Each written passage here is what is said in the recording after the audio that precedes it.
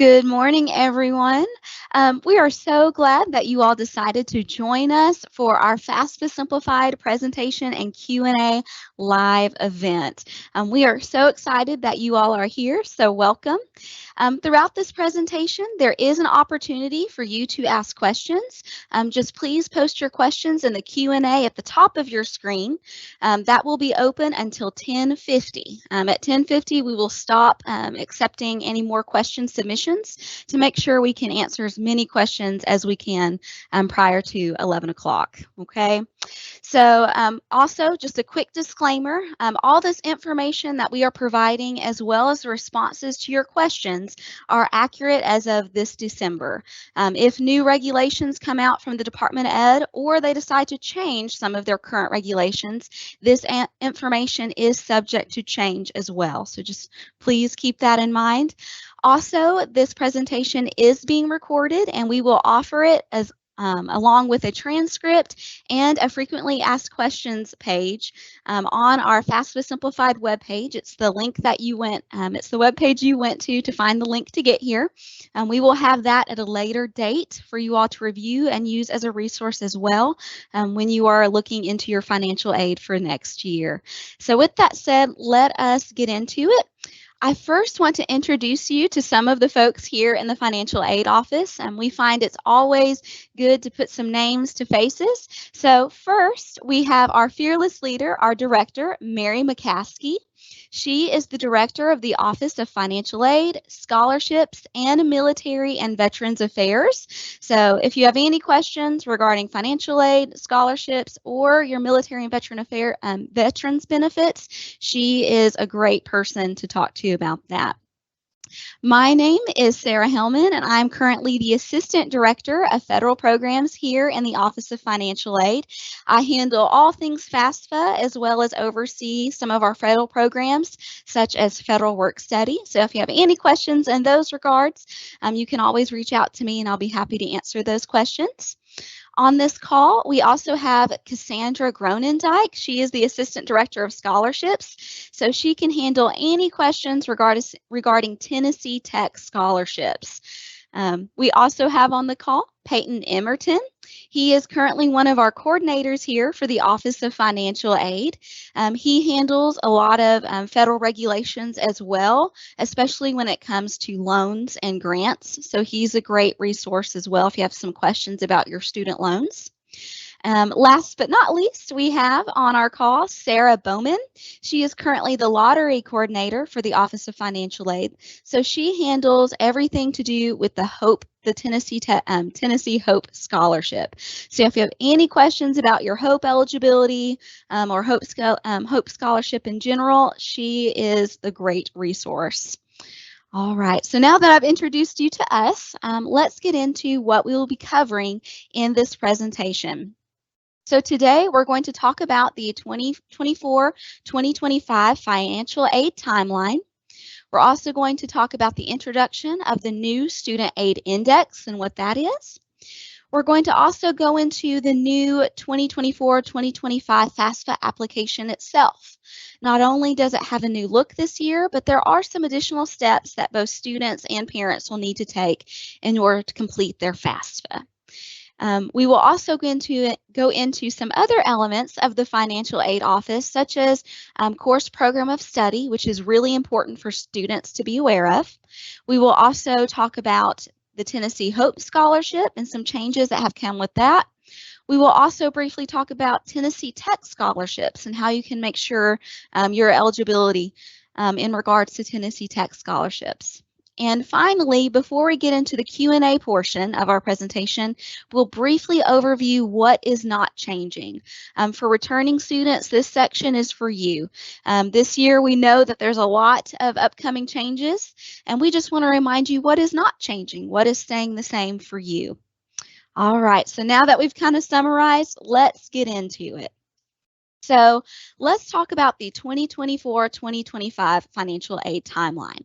Before we get into it, I just want to say that this timeline is only for the 2024-2025 school year and is only applicable to Tennessee Tech.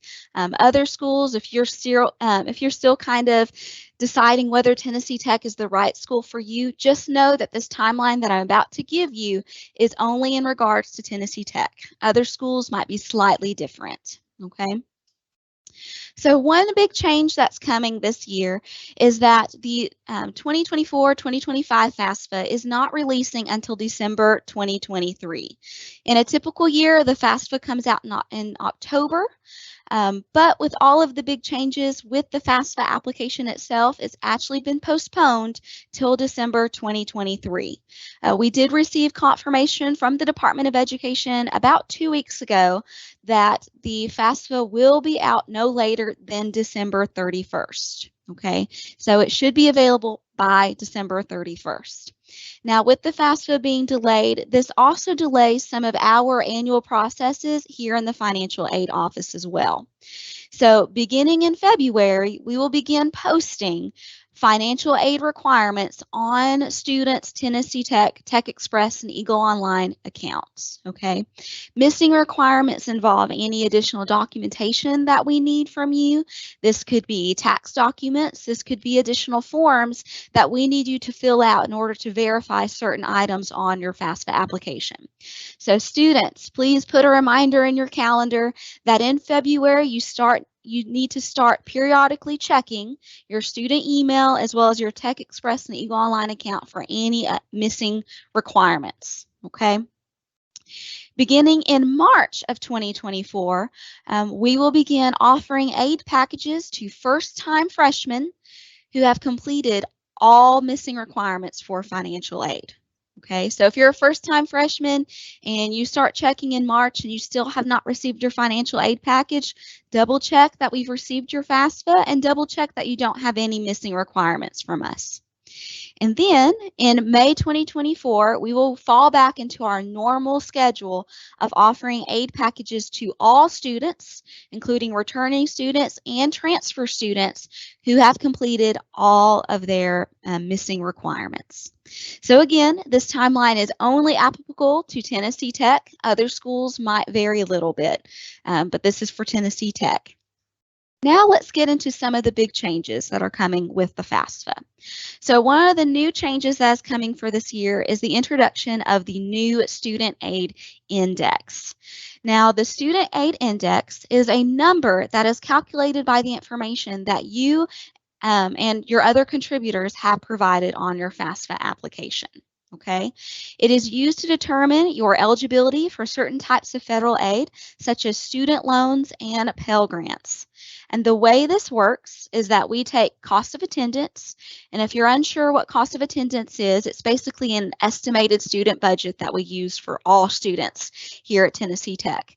We do have a web page dedicated to explaining all the different aspects of cost of attendance, so feel free to look us up on our Tennessee Tech web pages to read more about that. But basically, we take our cost of attendance, which is basically your estimated student budget, minus your Student Aid Index, which is your SAI that's calculated from your FAFSA, minus other financial assistance, such as scholarships, equals your financial need. That is what we use to determine your financial aid eligibility when it comes to student loans and grants. This is replacing what returning students, what you currently known as your EFC or expected family contribution. So when you get your FAFSA submission summary after you complete your FAFSA, you're going to get your Student Aid Index or your SAI, which is that number calculated from your FAFSA. Okay. Now, since it's replacing the expected family contribution, there are some changes to how the EFC versus the SAI is calculated on your FAFSA. So right now and in previous years, under the EFC, you could have an EFC score as low as 0. And this means you would be eligible for maximum amount of federal aid. So maximum amount of student loans and maximum amount of grants, okay? Now, under the Student Aid Index, you can actually have a score as low as negative 1,500. But here's the kicker. If you get a score anywhere from negative 1,500 to a 0 SAI, you will be treated the same as a 0 EFC. So let's say you get a negative 500 Student Aid Index. That still means you are eligible for a maximum amount of federal aid, student loans, and grants. Okay. The only reason the Department of Ed has now made it to where students can fall anywhere from negative 1,500 to zero is that it gives our office a better insight into who our truly needy students are. This might help us in determining scholarships that look at financial need as their primary factor, and stuff along those lines. So this is just giving us better insight. Just know if you get a 0 SAI to a negative 1,500 SAI, you are still eligible for maximum amount of aid. Another big difference between the EFC and the SAI is that the number in college will no longer be included in the calculation. So right now, if you this year and in previous years, when you went in and did your FAFSA, you were asked how many people were in your household and how many people in your household were currently attending college, because that was used to determine your EFC. Now, under the Student Aid Index, they are no longer looking at number of college. As far as we know, they are still asking that question on the FAFSA application, but just know that it's no longer being factored in to your SAI being calculated. Okay. Now, another thing that's changed is that under the EFC, child support received used to count as untaxed income. It will now be counted as assets under the Student Aid Index. And last but not least, profits from family farms and small businesses used to count as income under the EFC. They will now be counted as assets. And so here at the Financial Aid Office, this one particular change does give us a little bit of concern.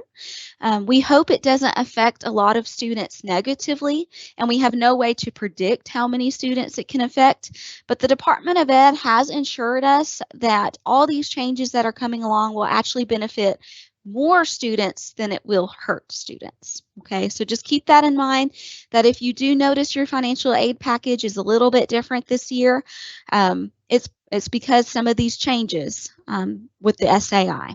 Okay. All right, so now let's get into some of the changes with the 24-25 FAFSA application itself. Now, with the FAFSA application, there is some new terminology that we're going to cover, okay? The first term that I want to introduce to you all is the term contributor. So a contributor is any individual that is required to provide their consent, approval, and signature for their federal tax information to be included on the FAFSA form. So you as a student is considered a contributor. Your parents are considered a contributor. Your spouse, if you are married, is considered a contributor, and your parent's spouse, or in other words, your step-parent, is considered a contributor as well. Now, each contributor is required to have an FSA ID in order to provide their consent and sign the FAFSA, each contributor. So in the past, it used to be the student and at least one parent needed to have an FSA ID. Well, under the new changes, under the new regulation, every contributor, meaning both parents, if you have them on there, must have an FSA ID to complete the FAFSA. Now, currently, since the FAFSA is not open, this is something you can currently do right now while you're waiting for the FAFSA to release. You and your parents can go to studentaid.gov and go ahead and create your FSA ID, okay? Now, something new with the FSA ID is that it's no longer going to require a Social Security number. In the past, this prevented a lot of students from being able to complete the FAFSA online because they didn't have a parent who was, a citizen yet, and they did not have a Social Security number. So this is one thing that they're changing to try to make it easier for students and parents, is that the Social Security number is no longer required to make the FSA ID. It will still ask for you for it. Based off of what I currently know from the Department of Ed, it will still ask for a Social Security number, but there is an option where the student can check that they do not, that the student can check that their parent does not have a Social Security number. Other data elements that are required in order to create your FSA ID include your name, your birth date, your mailing address, and an email address in order to create an FSA ID. Another key important takeaway is that your FAFSA will not be fully submitted until all contributors have provided their consent and signed the FAFSA using their FSA ID. Okay. Now, how this is going to look is if you look here on your screen, this is a screenshot from a FAFSA demonstration that took place back in July. So the wording on the screen as well as how it looks may change once the FAFSA releases by December 31st, so just keep that in mind. But this gives you a basic idea of what it's going to look like when you enter your FAFSA application. So when the student first enters their FAFSA application, they will be prompted to list their contributors on their FAFSA. So on the screenshot, you can see the student is being prompted to invite their parents to complete their FAFSA form. The student will then enter their parent's name, their parent's birth date, and email address, and social security number if they have it. And as you can see on the screenshot, there is that option to where they can check that their parent does not have a social security number. Okay. Now, the way the contributors work is that once the student completes their portion of the FAFSA, so they'll only be allowed to complete their the student's financial section, and they'll only be allowed to sign their portion of the FAFSA. Once the student signs and submits their FAFSA, the contributors that they listed, so in this example, the parents, will then receive an email. So students, make sure you're entering your parents' email correctly, otherwise your parents will not receive that email.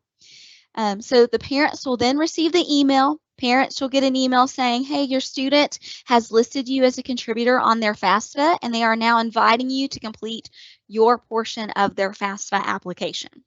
So parents, you would then log in to the link that was provided to you on your email, complete your portion of the FAFSA, sign, and submit it.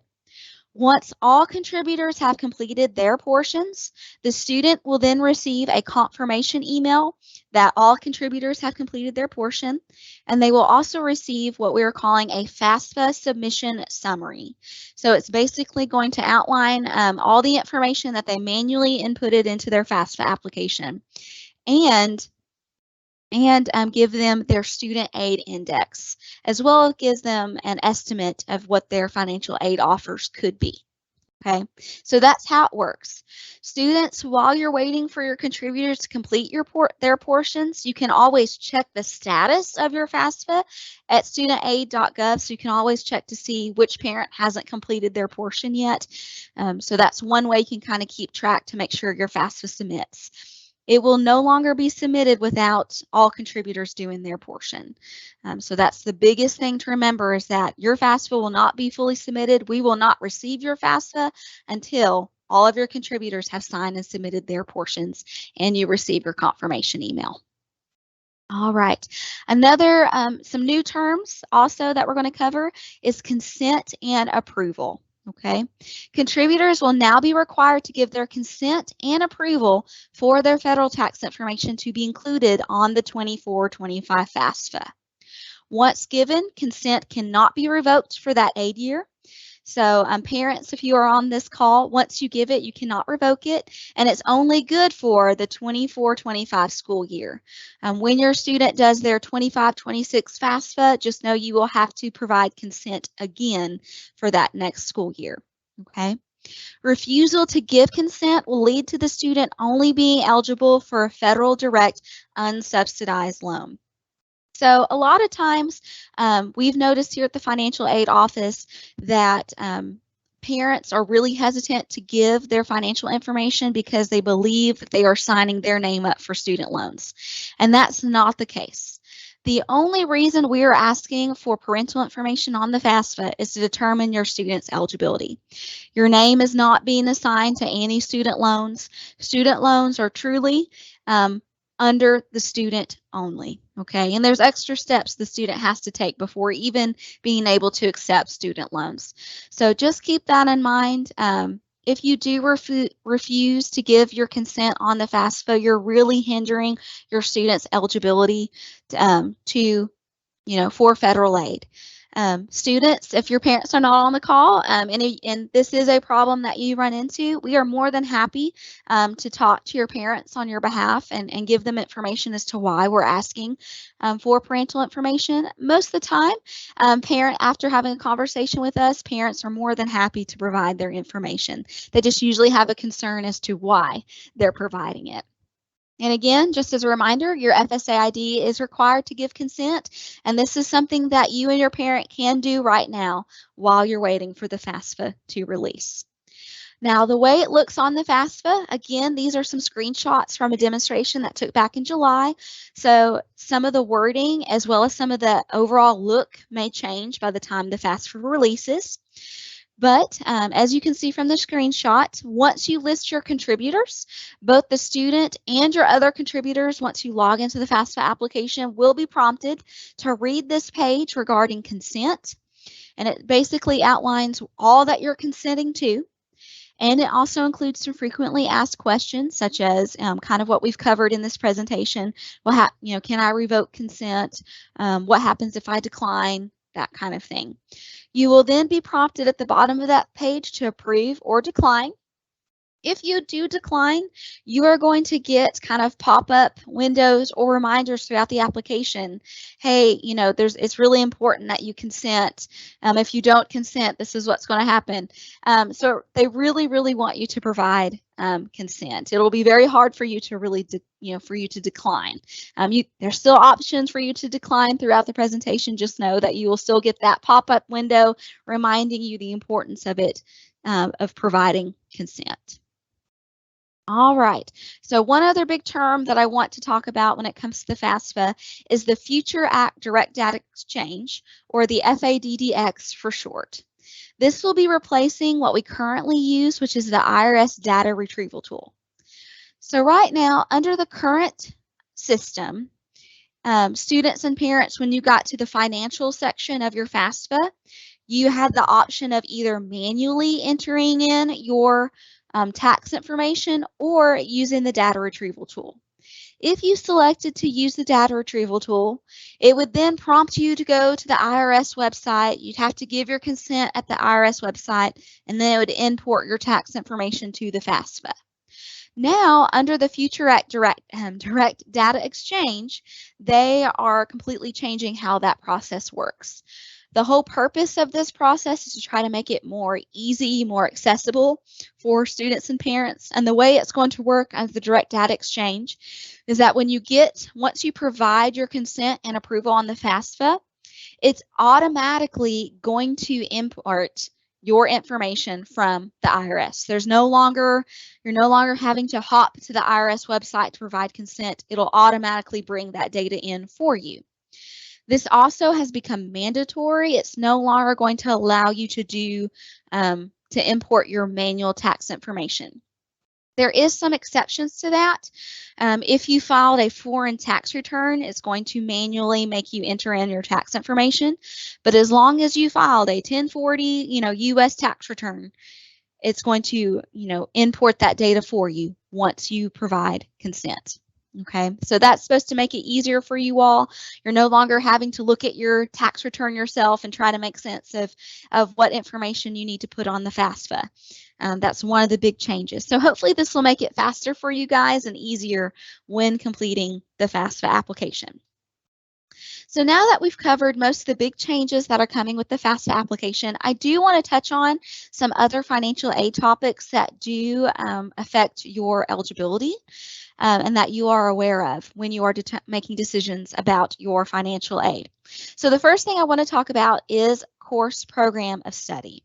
So course program of study is a federal and state requirement that allows only courses that count towards a student's program of study, or in other words, your declared major, the degree you're working towards, to be considered when determining your federal and state financial aid eligibility. So this goes towards your federal aid, so your student loans and grants, and your state aid, such as the HOPE scholarship. Okay, and I'm going to give you kind of an example here because I know sometimes hearing a definition, it doesn't always click until you have an example. The way this works, so let's say You have an engineering student who, based off of his FAFSA, based off his student aid index, he is eligible to receive full Pell Grant or full maximum aid eligibility. He has a negative 1500 SAI. He enrolls in 12 credit hours for the fall semester, but only 8 of those credit hours are, or let's say 7 of those credit hours are only counting towards his degree. So he's taking 7 credit hours in engineering courses, and the other 5 credit hours are classes he's interested in or just taking for fun. The CPOS regulation, we are only allowed to look at those 7 credit hours that are counting towards his degree when determining his financial aid. So in hindsight, he would not receive his full amount of aid that he's eligible. He would only receive a partial amount of, let's say he was eligible for maximum Pell, he would only receive a partial amount of the Pell Grant because he's only taking 7 credit hours in his program. We suggest that you take at least 12 credit hours in your program to receive all the aid you're eligible for. And you can take some of those fun and more interesting classes. You can choose to take 15 credit hours so that you can have a fun class. You just need to make sure at least 12 of those are counting towards your degree. If you don't want to take on a full semester load, because I know for some students, our lives are all vastly different and we might not be able to take a full 12 credit hours a semester. You can take less than 12 credit hours. Just keep in mind that we have to prorate your aid based on how many credit hours are in your program. Another thing to keep in mind is that you must take at least 6 credit hours to receive any type of federal aid at all. If you take less than 6 credit hours, you're not going to receive any federal aid whatsoever. So just keep that in mind. If you want the full amount of aid you're eligible for, you must take at least 12 credit hours in your program. And you must at least be taking 6 credit hours to at least receive any federal aid at all. Okay. If you do want some more information on this, we do have a webpage dedicated all about to course program of study, and hopefully I haven't confused you in trying to explain it, but please feel free to look at that webpage if you need some more information on that. All right, another thing we're going to hit on is the Tennessee Hope Scholarship. This past summer, there was some laws passed about the state aid, so we're going to briefly cover what some of those changes are. As of July 1st, students who complete a bachelor's degree while receiving the Hope Scholarship and immediately turn around and begin their advanced degree may be eligible to continue receiving the Hope Scholarship as a grad student. In the past, it used to be as soon as you got your bachelor's degree, you were no longer eligible for Hope, and this has changed that terminating event a little bit. Now, the way this works is that the maximum aid eligibility window is still 5 years. That has not changed. You can only receive Hope for 5 years as long as you're keeping your GPA as well as your other meeting your other eligibility requirements as well. The difference is, let's say you as a student have completed your bachelor's degree within 3 years, okay, and you turn around and decide to go into your graduate program. You still can receive Hope Scholarship as a graduate for 2 years of graduate school. Or let's say you finish your bachelor's degree in 4 years and you turn around and go into your graduate program, you still can receive your Hope Scholarship for at least 1 more year as a grad student. The way this is going to work is that the Hope Scholarship aid amount is going to be the same as you were as a junior or senior student receiving aid. So as a graduate student, if you're eligible to still receive Hope Scholarship, you would receive the same amount as a junior or senior undergrad, which is about $2,850 per term. Okay, so hopefully, if you do have any more questions about that, please feel free to let us know. We'll help. But that's one of the biggest changes that has come with the Hope Scholarship. So if you're planning on going to graduate school, definitely take this into consideration. If you're debating on whether you should go right into graduate school or wait a year. Okay. All right. Last but not least, we're going to cover Tennessee Tech scholarships. Now, if there is one thing that I absolutely want you to remember, is that the application deadline for the Tennessee Tech scholarships is December 15th. It's this Friday. So please, please, please, please do it by December 15th, okay? You must be admitted to the university in order to access the application. So if you're still unsure about your admission status, definitely check with our admissions office to see, if you're missing any additional requirements. Maybe they're missing transcripts or something like that, to get admitted. Once you're admitted, you will be given access to what we call your Tech Express account, and this is where you go to do your Tennessee Tech scholarship. On your Tech Express account, there is a quick link or an icon called the ScholarWeb icon. It looks as it's presented there. It's a purple icon with a white diamond on it. It is just one application that you have to fill out. It takes you about 25 to 30 minutes to fill out. We encourage you to save your application throughout just in case something happens. You lose power or something. You've saved all of your work that you've done on your application. There is some essay questions, and we do have a lot of scholarship committees here that do look at those essay questions when determining scholarships. So please make sure you take your time, do well on those essay questions. That application goes to all of our Tennessee Tech scholarships here. We have over 700 of them. So it's one application goes to all of them.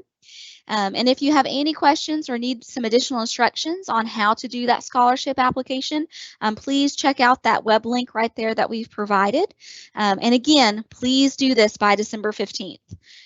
Which is this Friday. If you want to make sure your eligibility is taken into account for scholarships for next fall and spring, please do that by this Friday. We recommend that you don't wait until Friday to do it. It would be, we don't want you to be stressed out if you run into a technical issue on Friday. Plus, if you do run into technical issues during the while you're completing the scholarship application, we do have our wonderful folks here at the help desk who are more than happy to help you. We provided that number on our FAFSA Simplified webpage. It's where you went to get the link to come here.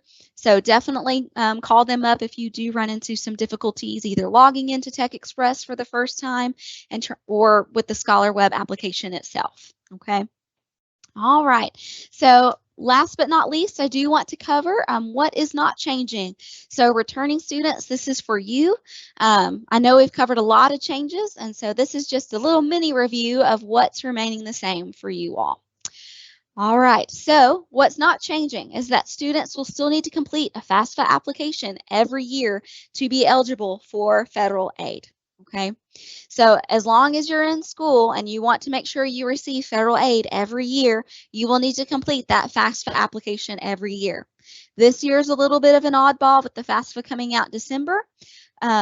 But hopefully, once we get past this year, the Department of Ed has assured us that the FAFSA application will come out like it normally does around October of every year. So October of 2024, the 2025-2026 FAFSA will be coming out. So you'll definitely want to be watching every year around October to make sure you do your FAFSA application. Students and parents will still need to have an FSA ID. So that has not changed. The only difference is that both parents now need to have an FSA ID.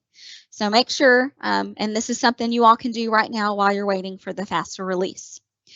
Students will still need to list Tennessee Tech University as a school to receive their FAFSA. We will not receive your FAFSA. We're not even allowed to request to receive your FAFSA unless you list us as a school to get it. This is one way the Department of Ed protects your private information, is that they only give it to the schools that you give them permission to give it to. With the new FAFSA, you can list up to 20 schools. In the past, you can only list up to 10. So even if you're not sure on whether or not you are planning on attending tech in the fall, please go ahead, list us on as a school. It won't hurt. We can determine your aid eligibility, so you'll be able to, make that final decision on whether tech is the school for you. The way to do that on the FAFSA is you can just type in our name and we should pop up. But you can also enter in what we call our school code, which is listed on the screen there for you, and we'll pull up right up pretty easy for you as well. Another thing that has not changed is students will still need to complete the ScholarWeb application every year by December 15th. Again, that deadline for next year is this Friday, so please, please, please do it. And then also, students must still complete any unmet requirements that we list on their Tech Express and Eagle Online account to be offered aid. We will not be able to offer you an aid package until you complete any missing requirements on your Tech Express account. Okay. All right. Now, before we that concludes the portion of our presentation. But before we get into the Q&A, I do briefly want to talk about our contact information. You feel free to walk into our office, call us, email us, whatever is easiest for you in regards to your questions. Our office hours are Monday through Friday from 8 a.m. to 4:30 p.m. Central Time. Walk in anytime between that time. We'll be happy to assist you. Usually at the beginning of a semester, so like the first few days of classes, we typically have longer hours, and we usually announce that as well. That's our way of trying to help students, get settled into their classes, but those are our regular hours for the majority of the year. You do have our email there. Feel free to email us at any time if you have any questions down the road about your financial aid. There's our office location listed, as well as our mailing address is listed on there. You can find our office. We are in the Jerry Whitson building. We're on the top floor, and we're the first office you come to once you get off the elevator. So we're pretty easy to find. And then last but not least, I do want to mention our FAFSA Simplified webpage. It's the webpage you went to access the link to come to this presentation. This webpage basically summarizes all the changes that are coming with the FAFSA, with the new FAFSA and some of the new changes to eligibility. So if you feel like you missed something in the presentation, don't worry. You can always look on our FAFSA Simplified webpage information. It's also, once we finish recording this presentation, we are going to post our recordings from this presentation, as well as a transcript and a portion of our Q&A, some of the most common questions we got asked on this FAFSA webpage as well. So you can always reference it back as a resource. And that QR code just goes to that FAFSA Simplified webpage as well. All right, so that concludes our presentation. We can now get into the Q&A. Again, we will stop receiving question submissions by 10:50 so that we can answer the majority of them. All right, so if Peyton, if you don't mind opening us up for the Q&A. Okay, so we'll start from the popular ones. So the first question is, I thought only one parent was required to have an FSA ID if the parents are married and filed jointly. So I actually looked into this because we did get some questions about this from our last presentation. The Department of Ed, their stance on it is even if you filed a joint return, both parents still need to do an FSA ID. They're requiring both parents to consent for their tax information to be included, even if they filed jointly. So an FSA ID still needs, all contributors still need to do their FSA ID regardless of their tax filing status. Good question. All right. Next question, does our old FAFSA ID still work, or do we have to create a new one? You can still use your old FSA ID. If you do run into problems, definitely the studentaid.gov has a specific number for that under their Contact Us page. You can contact them if you have trouble, if you forgot your password for your FSA ID. They're really good about helping getting that reset for you. But as far as we know, you should still be able to use your old FSA ID in order to complete the FAFSA. Good question. Okay. If a student's parents are divorced, is only one parent a contributor, or would it be both parents? So this is one of our favorite answers here in financial aid. It depends. So it kind of depends on what the current situation. If that parent has remarried, so let's say the parent has divorced and now they've remarried to another spouse, we could be looking at the parent and the parent's spouse being a contributor.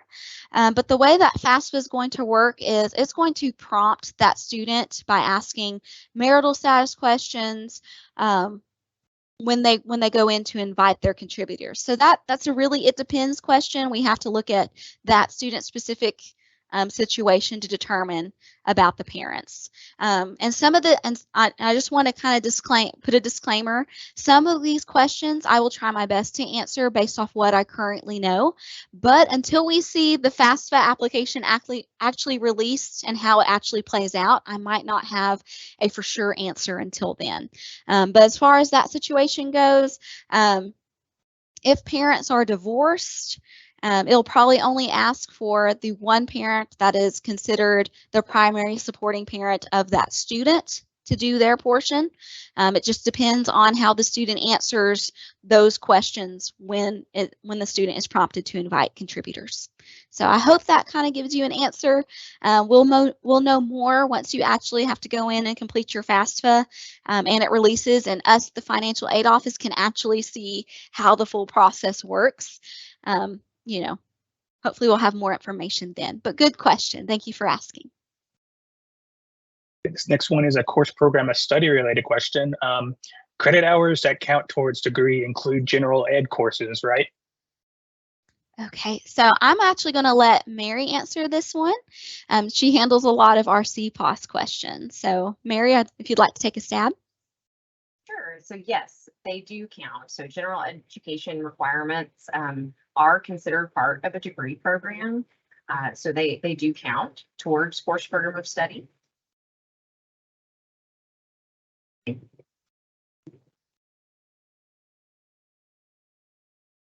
Okay, so next question. If we have already had financial aid approved for the spring, I'm going to assume the spring coming up, when do we have to have the FAFSA done for 2024, 2025?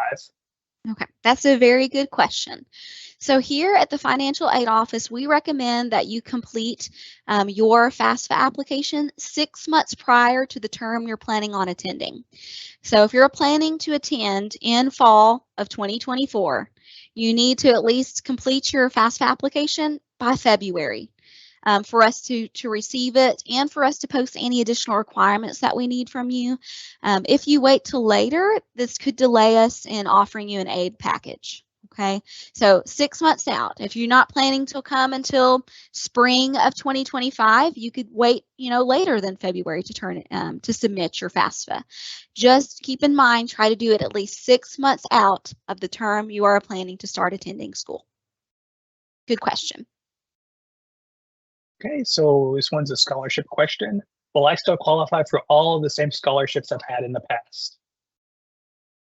So I'll go ahead and take that one. Again, it depends because some scholarships are renewable. And so as long as you continue to meet those renewal requirements and complete the scholarship application every year, then those scholarships will be renewed, but everything is going to have its own renewal requirements. So you need to make sure you know what the requirements are for those scholarships to be renewed.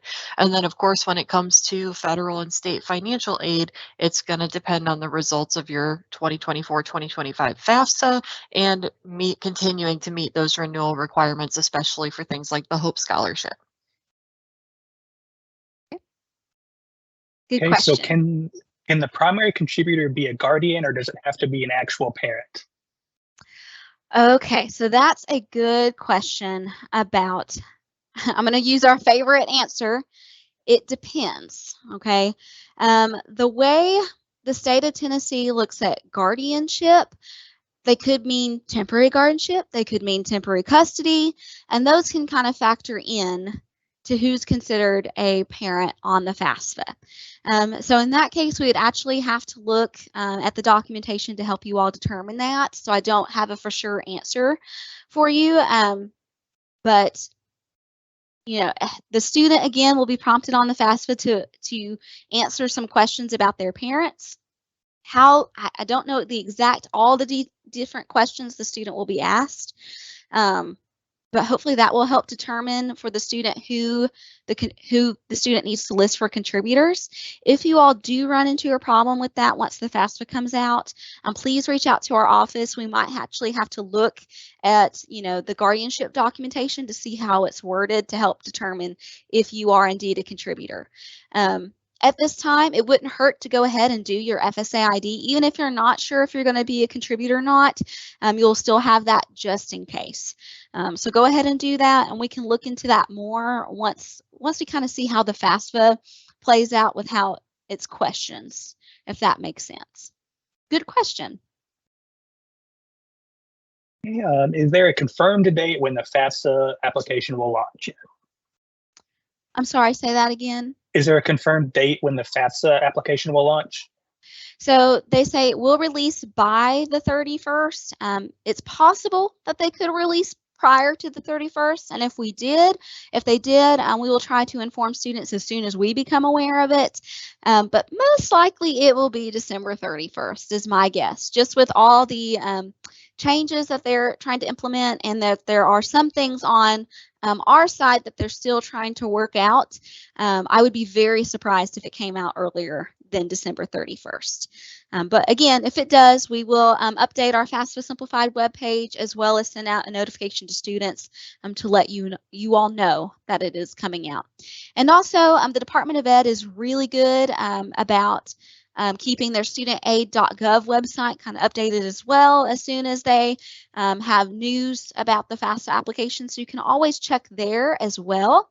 And if you've done a FAFSA in the past, and they have your email address, I believe they also send out email notifications to students as well. So you might get an email from the Department of Ed about the release as well, if they decide to release it earlier. Good question. How will having one parent deceased affect the new FAFSA application? Obviously, there's only one living parent. The only one living parent will be a contributor for the student. That is correct. So the only living parent will be the contributor on the student. I believe one of the marital status questions is, are you currently widowed? And you would respond to that. So there would be no reason for it to prompt the student to make the deceased parent a contributor, as long as they answer the marital status question correctly. Now, if that parent has remarried, then it will prompt the student to put the parent spouse or the new step parent. But if they only have that one living parent, then one living parent will be considered the only contributor needed. Good question. Is spring 2024 included in the 2023 FAFSA year funding? Are you saying spring 2024 is under the 2023-2024 FAFSA application? I hope that makes sense. The way our aid years work is that it looks at fall, spring, and summer. So 2023-2024 FAFSA covers fall of 2023, so this past fall term, spring of 2024, and summer of 2024. The 2024-2025 FAFSA will cover fall of 2024, spring of 2025, and summer of 2025. So hopefully that kind of clears it up for you guys. I know that can get a few confusing, but our aid year starts by the fall term, if that helps you understand. Good question. Okay, so the presidential scholarship is 4 years if they keep their GPA up, correct? Yes, the Presidential Scholars is for 4 years or 8 semesters maximum, and that is renewed automatically as long as you meet that GPA requirement, which is a 3.0 by the end of your 3rd semester at Tech and every semester after that, and maintaining continuous full-time undergraduate enrollment every fall and spring semester. As long as you're meeting those requirements, then that will be renewed for up to 8 semesters. Okay, I think you might have answered this one previously, but just to reiterate, I guess, our TSAC rep said only one parent needs FSA ID if they are married and filed jointly, and that was confirmed by the feds.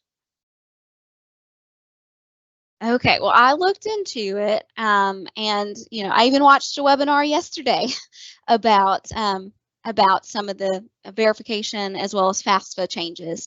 The Department of Ed, and if you go to their webpage as well as to, they have some like YouTube videos too for parents and students that talk specifically about the FSA ID.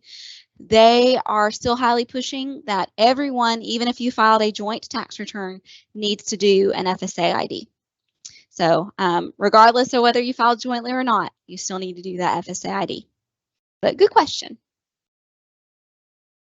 Okay. This student says they are married and filed taxes jointly with their wife. Would she be a contributor? I guess this is in the same vein of what you just answered. Yes. So if I understood that question correctly, the student is married. So yes, the student's spouse is considered a contributor, and it would be the student and the student's spouse information that will need to be included on the FAFSA. Yes. Okay. Does a parent use the parent's I'm assuming that's FSA ID that they created with another child if the younger sibling is now applying for aid for the first time? Yes. So your FSA ID is only tied to you as the individual. So you can use it as a parent for multiple children. So if you have multiple kids in college and they're each having to do a FAFSA application, you'd use it for them. If you are also coming to school, so let's say your kids are coming to school and you are coming to school, you would still use the same FSA ID to complete your children's portions as a contributor, and then you could do your own FAFSA as a student using the same FSA ID. It's only tied to you as the individual. Good question. And before I read this next question, I will just go ahead and new questions will not be able to be submitted. So if you do have any questions that we didn't answer or something you thought of later, feel free to email our office. Our information's on the screen still with the PowerPoint. But no new questions can be submitted. So I just want to put that out there before I move on. So this next question is, if a student is of age, their parents are divorced, mom has primary custody, and the non-custodial parent does not contribute anything, would the student list one parent as the contributor? If you need me to reread that, let me know. Okay, yes, read it one more time so I make sure I caught all of that. Okay, so if the student is of age, the parents are divorced, the mom has primary custody, and the other parent doesn't contribute anything, and nobody is remarried, would the student list one parent as contributor still? Okay. So there were several key things in there. So when you're talking about a student being of age, so if you're referring to the age of 18, a student is not considered an independent student according to the Department of Ed until they reach the age of 24. So even if your student is the age of 18, they'll still be required to list parents as a contributor. So I just wanted to cover that first part.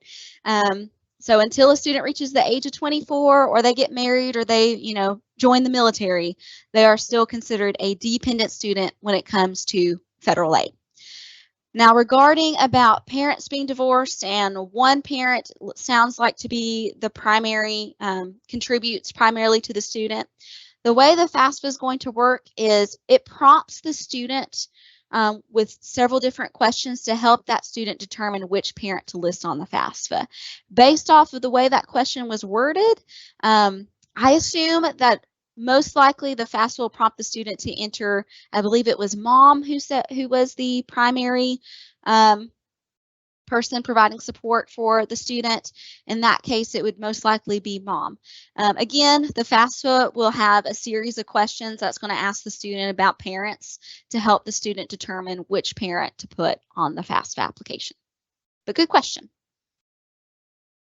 Okay, this is a scholarship question. If a student finishes their Bachelor of Science before 4 years, would the presidential scholarship count to grad school like the HOPE does? So unfortunately for the presidential scholars, the answer is no. That one is for up to 8 semesters or until the student graduates with their bachelor's degree. It does not carry forward as a graduate student. However, Tech does have a couple of programs called fast track programs in certain majors that allow students to start working on their master's degree while they are still an undergraduate student. And those fast track courses can count for both your undergraduate degree and your graduate degree at the same time. Students who are in one of those fast track programs can use their presidential scholars towards those fast track graduate courses to get a head start on their graduate degree. All right. Does a non-working parent, such as the parent who doesn't work, of course, have to be a contributor? Only the dad pays for college.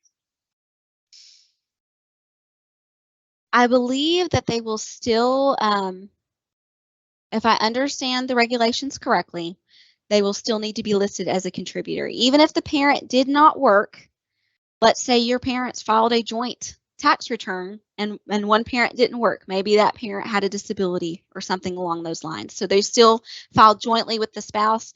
They will still have to provide consent for us to even look at that joint tax return information.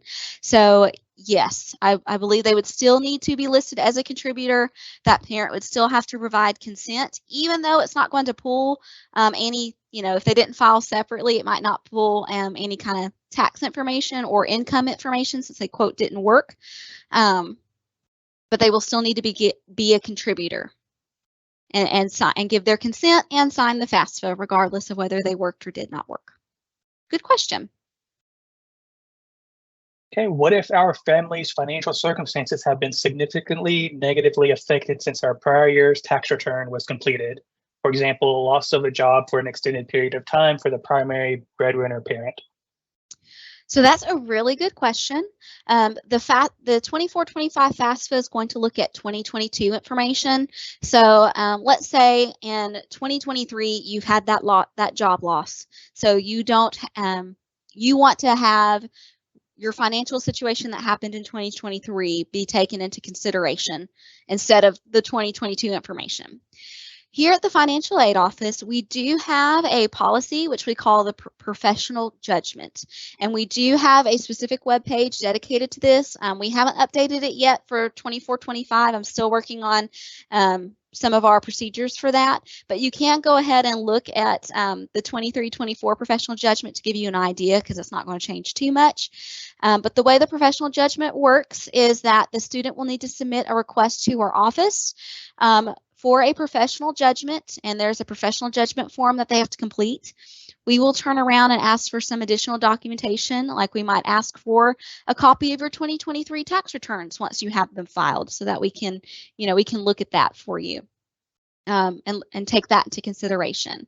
For the majority of students, professional judgments, our whole goal is to take that into consideration, that you've had a change in your income status or something along that line.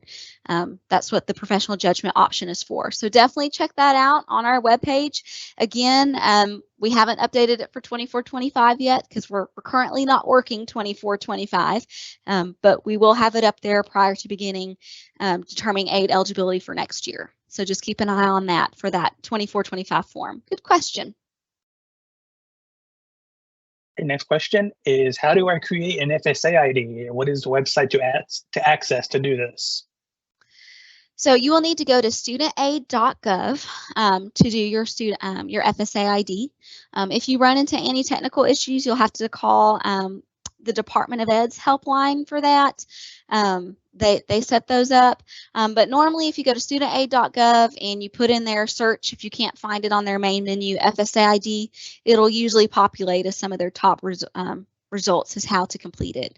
The Department of Ed also has some YouTube videos out there, so you can do a YouTube search. I'm going to try and include some of those on our FAFSA Simplified page of how to do an FSA ID, so that can help you as well. So good question. Okay, next question is your tax number from last year to confirm the FADDX. Guessing, is it the same from last year to confirm it? Ooh, that's a good question. To be honest, I'm not quite sure how that's going to work with the DDX. Yeah, I'm sorry, I don't have an answer for that one. I would assume it would, since the direct data exchange is directly tied to the IRS website, but I do not have a for sure answer on that one. We might have to play that one by ear. So once you attempt to do the FAFSA, once it releases, if you run into a problem, definitely contact their help number on their studentaid.gov for the FAFSA. They might be able to provide you some more clarification. If not, if you do run into a problem, the FAFSA will prompt you to enter in that information manually if for whatever reason it cannot successfully do the direct data exchange. So you'll still be able to complete the FAFSA, but I don't have an exact answer for that one, and I'm sorry about that. But hopefully that will give you an idea of what to do in the future when it's time to do the FAFSA. Good question. So this one, just to confirm, basically, we don't need to fill out a new FAFSA until it comes out around or by December 31st. So if you've already done your FAFSA this school year, you do not need to complete a 23-24 FAFSA again, but you will need to do the 24-25 FAFSA in order to receive aid for next spring. So fall of 24, spring of 25. You do not have to redo a FAFSA for this coming spring term or this coming summer term if that's what you're asking. As long as you've already done your 23-24, you're good for the rest of this school year, but you'll have to do that 24-25 FAFSA for next school year. And we probably only have time for one more question. So Peyton, if you don't mind asking one more, and then we'll probably have to end the presentation. All right. We will ask this one. I am married and moved out of my parents' house. Do I still need to list my parents as contributors? If you are married, you are considered an independent student, meaning you do not have to provide parental information. The FAFSA is most likely going to prompt you to invite your spouse as a contributor, and that's all it's going to ask of you. It's not going to ask for parents. So make sure your spouse does an FSA ID if they have not done one already. All right, good question. Well, thank you all so much for attending. We hope that this presentation and Q&A has been beneficial to you and you feel more equipped and informed when it comes to making decisions about your financial aid for next year. Again, if we did not get to your question, I apologize.